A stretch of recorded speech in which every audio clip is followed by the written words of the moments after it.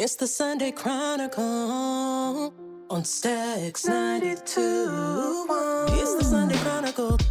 We gon' give the news and keep you up to date. From crimes to the politics, you gon' know what's up around your way. We give 2 thumbs up to everyone out here doing their thing. We gon' show mad love to all the ones working hard in communities. It's the Sunday Chronicle.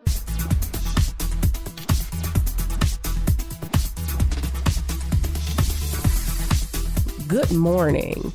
This is Yanice Jackson, and I'm your host of the Sunday Chronicle, coming to you every Sunday at 7 a.m. Today, we have a very special guest.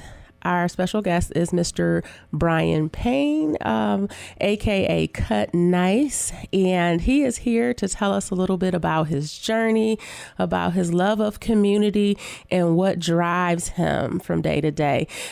Should I call you Brian or Cutt Nice? What do you prefer? I mean, we can keep it Cutt Nice if you want to. Cutt Nice. Okay, we'll see what happens naturally. Cuddy. Let's say Cuddy. Yeah, okay, fine. So Cuddy. I'm really happy that you're here today. Just tell me a little bit about your background and what you like to share with our listeners. Well, first of all, thank you for having me here. And, I appreciate that. And basically, like, my background, born and raised here, Lansing, Michigan. Live over there. I grew up over there on No Net. That's right off of Wise Road. Big ups to Wexford. That's my hood over there. So that's the South Side, right? South Side, okay. all day. Alrighty. Yeah.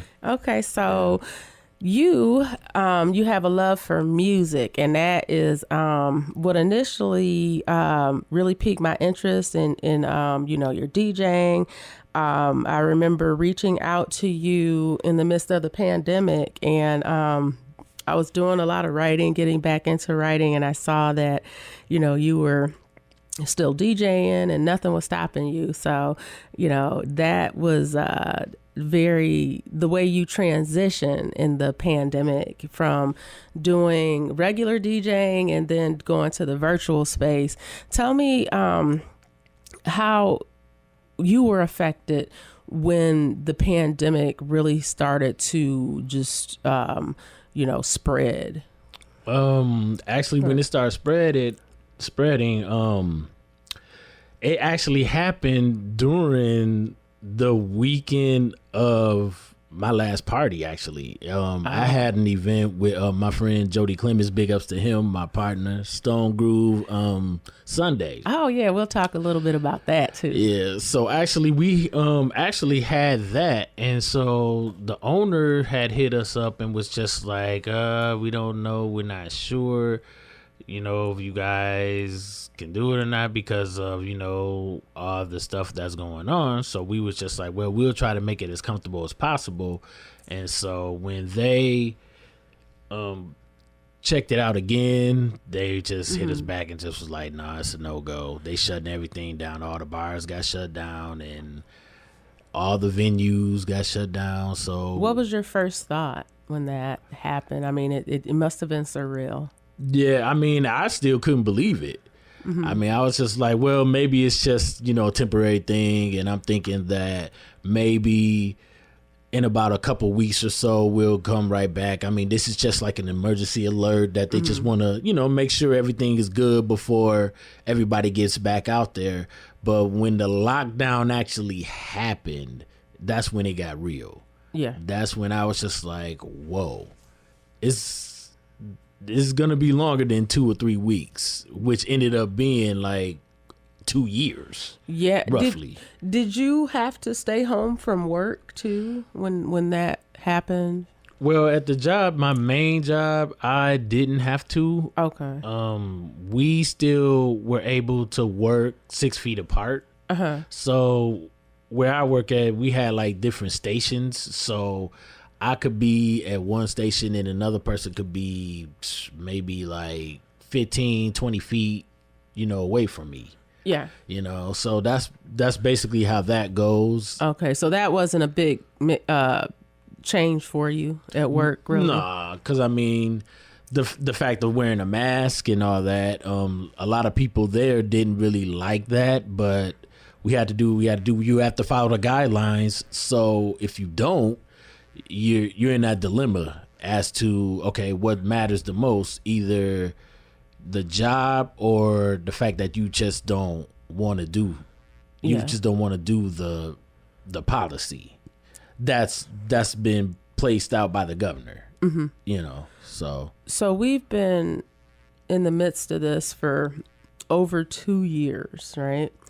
So tell me how things have changed for you. Because we could start off with the negative or whatever, but talk about some positive things like that changed in your life. Well, at that time, I was just like, I still didn't know what to think about the whole thing, about the whole situation. I mean, I was looking across the world and seeing how badly it affected everybody as far as like famous people, the artists, the actors, actresses. I mean, famous DJs. I mean, I looked at like how like Jazzy Jeff, for example, Kid Capri, those guys. I was just seeing how badly it's affecting them as well.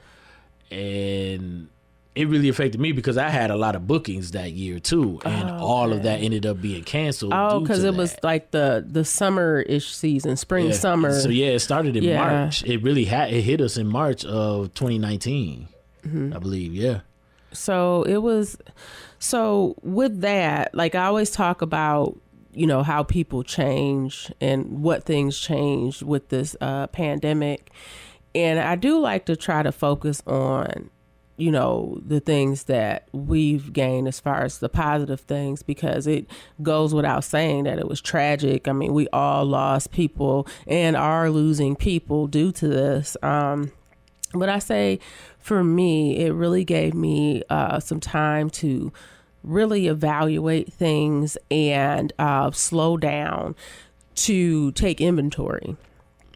And so I really started to look at life with a different perspective. And so that's what I see, and it's not just me, but just sitting over here from my view, it really seems as though that there are people actually embracing this thing and making the best out of it, making lemonade out of lemons, so to speak. So what were some of the positive things you would say with you?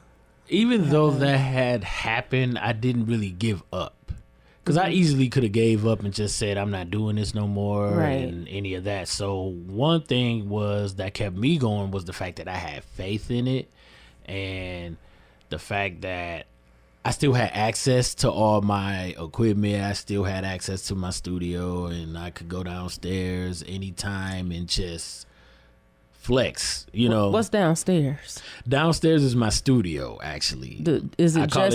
I call it the lab. The lab. Okay, that's what I was waiting for. That's what I wanted to hear, because I'm like, it's not just the studio, it's the lab. It's the lab. And why do you call it the lab, Brian? Basically because it defines me. What that means is that it features everything that I have worked for from when I was a little kid all the way up to now. And I'm steady building as I go. And what you will find in this lab is like a lot of vintage stuff that I had kept when I was a kid. Even just memories. So you've got like the big albums, you've got the small ones, you got the 45s, right? That's something that's... Yeah, I have a collection. I have a large mass of records, nice record collection, all different genres, alphabetized. Oh, you alphabetize them too? Yeah. I didn't know that. And it's sorted out in different genres. Oh, wow. Yeah. So it's a library. Yeah, it's a library. Yeah, you can. That's why I call it the lab. So you can incorporate that as a studio, as a library, as I'm trying to think. Like a museum. What I think about when you say vintage, the lab, I think about like a scientist just getting kind of, just a lab and a scientist that specializes in that. Do you feel like you just, when you get to that lab, you just performing some type of surgery? Oh, I definitely create every day when I go in there. It's always something going on in there because anything can pop in my head and I could just be like, let me just go down there and put it in on the... How do you feel when you're in the lab? I feel relaxed, joyful. I still act like a little kid when I go in there. Sometimes I just sit down and just look and realize and just look around in there and I just be like, man, I really did this. Cause that was my actual plan, was to create a lab the way I wanted it and what I designed for it to look like. I did that when I was about like 16, 17 years old. Wow. That was like, yeah. So have you had more time to hone your craft since the pandemic? Oh, no doubt. I mean, okay, I was in there like on a daily. I was there I was in my studio / lab every day. Just mixing, just doing mixes, just playing records. I mean, I didn't necessarily have to like DJ in my studio. I just would just pull something off my shelf and play it. I just want to hear this album, or I just want to hear this song, or whatever the case is. That's the good thing of having options when you're in your studio. And you're going strong. I mean, it appears that you have gotten, bookings, and you're on the move doing work. What type of stuff are you doing now? Well, right now it's really the busiest season of weddings right now. So I've gotten booked for plenty of those. I have a lot going on from the next 3 months out. Well, that's good. And I would like to talk a little bit more about your beginnings and your connections to community. But first, we're going to take a small break. I want to remind my listeners that this is the Sunday Chronicle.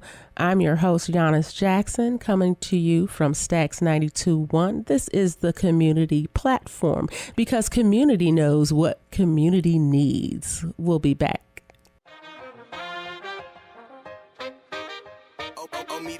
I'm the type to dance to her very own beat. Ask me where I am, probably somewhere singing. Around my way, they call me Jingle Queen because I sing about everything. Like just do it Nike, have it your way, Burger King. Snap, crackle, pop, the Rice Krispies. Maybe it's you should call me the Jingle Queen when you're in need of dope melodies. You should call the Jingle Queen when you're in need. You should call me the Jingle Queen. Oh, you should call the Jingle Queen. www.laurepen.com. That's LAUREPEN.com. And welcome back to the Sunday Chronicle. Again, I am your host, Yanice Jackson, coming to you from Stax 92.1. This is the community platform because community knows what community needs. Today, our special guest is DJ veteran Brian Payne, also known as Cutt Nice. He's known as Cutty. He's got a myriad of names, but if you are from the Lansing area, you probably know him from around the way. Doing his DJing and catching him at a Stone Groove and his love for community. Brian, tell me a little bit about your endeavors, like your community endeavors, because I know that's something that really seems very important to you. Well, first thing, you got to have support. If you don't have support from anybody, you're not going to achieve, the way you want to. So when I see other DJs try to do their thing and,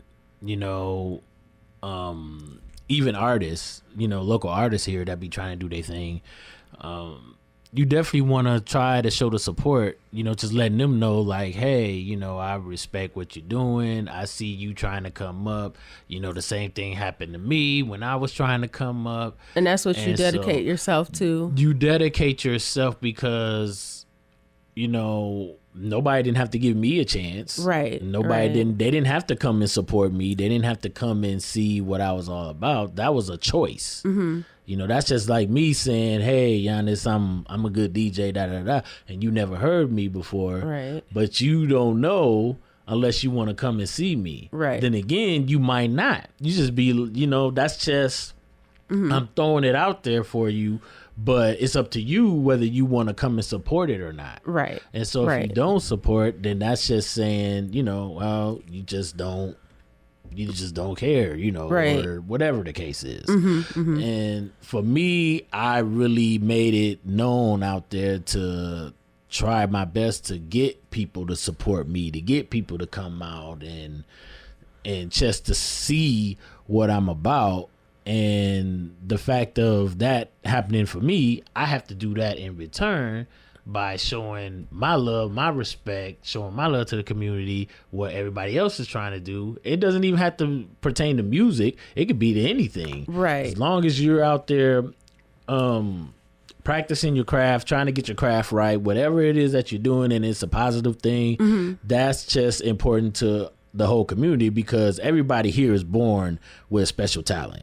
Yeah. It's up to you to decide what that talent is and to pursue it, So that's just for me, like black parties or like even the Juneteenth thing. Yeah, I was thinking about the Juneteenth. That was really hot. I think about the video where everybody was line dancing to the Tamia song, and that was really nice to see a whole block of people doing that dance, all different colors and stuff. Yeah. And they were all on point too. That was a good thing about it too. It was really phenomenal. It was a nice sight to see that type of unity. And I'm really glad that was a successful event. I know it was a lot of events around town. Yeah.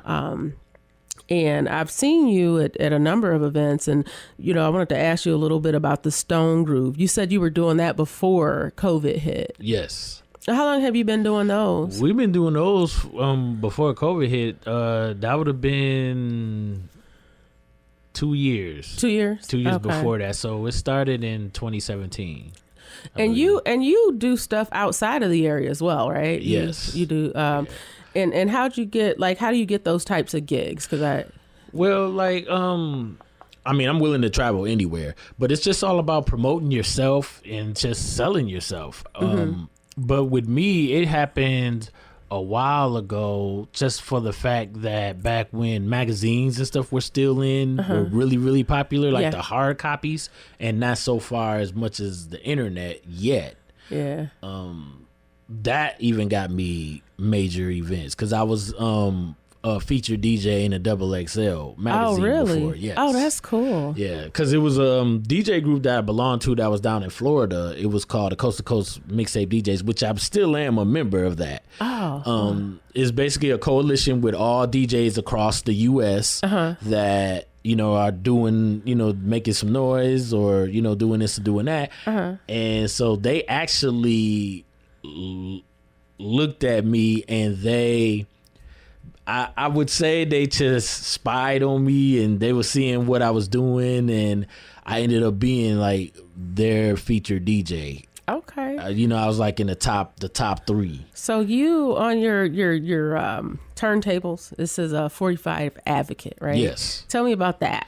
Basically, I am into 45s. Okay, like what's a 45 for people that don't know? And 45 is basically a 7-inch record that goes way back, back in the days. I mean, anybody that, grew up in that era with parents that had a record player and they was just playing anything that looked small on there, a little small disc, that's a 45. Okay. And why I call myself the 45 advocate is basically because that it's a lot of DJs around that's just only doing digital wise now, just doing with the computer, which I do both.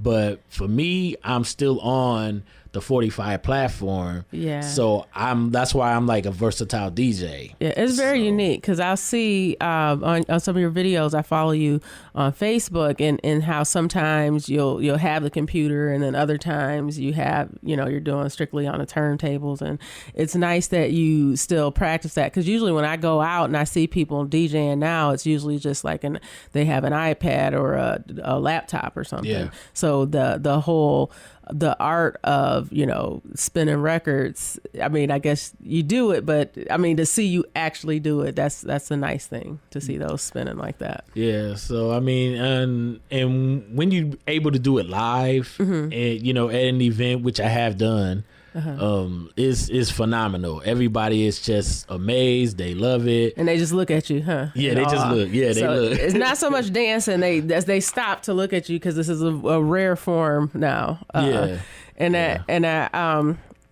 think it's a great craft. And like when I think about DJs, for some reason I always think about like the New York scene in the 80s and how people were on the stoop and rapping and stuff like that. So that's what I kind of think about that. I envision that when I talk to DJs or, that are into hip hop and things like that. But your love of music goes beyond hip hop, right? Oh yeah. Yeah. And because I've seen that you said, what was that song recently? It was a couple months ago. It was a song. It wasn't a hip hop song, but you said it was one of your favorites. And, it's good to see that you're open to different genres and things, to allow other people to know you don't have to be a DJ of one or another genre. You can, come in and play whatever you want to play, or, cater to a specific audience. How do you decide? Do you feel the audience before you come in, or do you kind of have a playlist set up? Well, the only time when I have a playlist going is only at a wedding. Because they request specific songs of what they need played there, and I'll do it that way. But when it comes to like a regular event, like a Stone Groove event, or like the Block Party, or the Juneteenth, or just any type of different events like that, it's strictly freestyle mode. I do cater to the crowds, but I do visualize by looking at them and seeing what their body language is, what the vibe is. And, I just really go off of that. Okay. Well, that's a skill. I mean, so you learn your audience, you kind of go with the vibe of the room. And I wanted to talk about the beginning. What got you interested in spinning records? It was, when I was 2 years old, believe it or not. Couldn't read or anything, but, when they say you're terrible too, you're terrible too. Was you terrible too? Yeah, I was a terrible too. Oh, yeah. Man. But for a good cause, though. So okay. But my dad actually had a nice record collection as well. And see, he would buy records here and there, and him and my mom would throw basement parties. And so with relatives coming on, they play cards, and they having a good time. Okay. My parents was known as the basement parties. Okay, so you got this, you bring in this whole nostalgic feel and this 70-ish pop culture. Like I see the shirts you got on. That's part of your whole the ambiance of Cuddy, right? What does your shirt say today? Oh, well, I'm just rocking the Biz Markie shirt. Okay, right Biz Markie. Okay. Cold chilling on there, but that's just R.I.P. to him too as well. But yeah, I mean that's just another hip hop culture, type shirt that I rock. I normally wear stuff that's pertaining to hip hop culture or just music culture sometimes, or I got my own shirts, here and there. Well, I like the shirts. You got quite a few, like with the like the records on it, your logo on them and stuff. And Yeah. do you sell those to like the people that rock with you and follow you and stuff? Well, at the time when I did have them, I sold out of them real quick. But what ends up happening is that I just had to. The person that I was getting them from, they actually went out of business because of the pandemic, and they couldn't keep it going. So I'm just really in the search of right now, just picking the right person that I can, use and, get it back out there, because I still have designs on what type of shirts I like to have. And now it's just like, I need to get that made, And so you've been able to adjust and adapt to the changes. What are some of the things you do differently as a DJ since the pandemic hit? Well, definitely I'm being more cautious and careful, only because of the fact that they lifted everything, but the pandemic is never going away. I feel that all these diseases that's coming out there that you can catch just easy is putting everybody on notice. Yeah. And like for me as a DJ, I'm DJing in front of large crowds and, stuff like that. I'm very careful and cautious when it comes to that. And I'm going to be safe wise, as far as like, being vaccinated, and just because I travel. And so I just want to make sure that I'm very well healthy enough and taken care of. Even if you are vaccinated, that doesn't mean you can't catch it or anything like that. But I'm still being careful. So that is like the number one thing is it's just maintaining my health and making sure I'm good on that aspect for me to keep doing what I love to do. Well, what I thought was unique was when I started to see some of the DJs that weren't playing. They started to do stuff online and start to experiment. Tell me about some of the things you did online to promote your business. Yeah, so it was one day during the pandemic, I was in my lab, and I was just mixing, and I was just like, you know what? I feel like just going live. Okay. It was just spur of the moment. I went live on Facebook for a little bit, and then all of a sudden I had about 50 people like watching it, like literally watching it. Wow. And then I had a lot of shares. People were sharing it, and because like when you DJing, you can't really keep up with all the comments because everything is going fast. Right, you can't read everything. So when I did get done with it, I went back and read it, and I was just like, wow. That's like, cool, huh? People was just happy that I did it. I made their day. A lot of people were sad and just didn't know what to do. And you'd be amazed at what music really would do to a person. Yeah. It was really nice to see that. I mean, I saw a lot of the Lansing, well, they call you guys, what are the Lansing legendary DJs, 517. I mean, I seen you all on, Facebook and different platforms doing your music. And so it was great to see that nothing would stop you and you all were able to shift and, move into a space where you could share your music again. And I think that's wonderful. So for people that want to get in touch with you, maybe for your services and whatnot, how can they get in touch with you? Which I'm sure everybody is online, of course. Everybody got a phone, and they either on their Facebook or they on their Instagrams.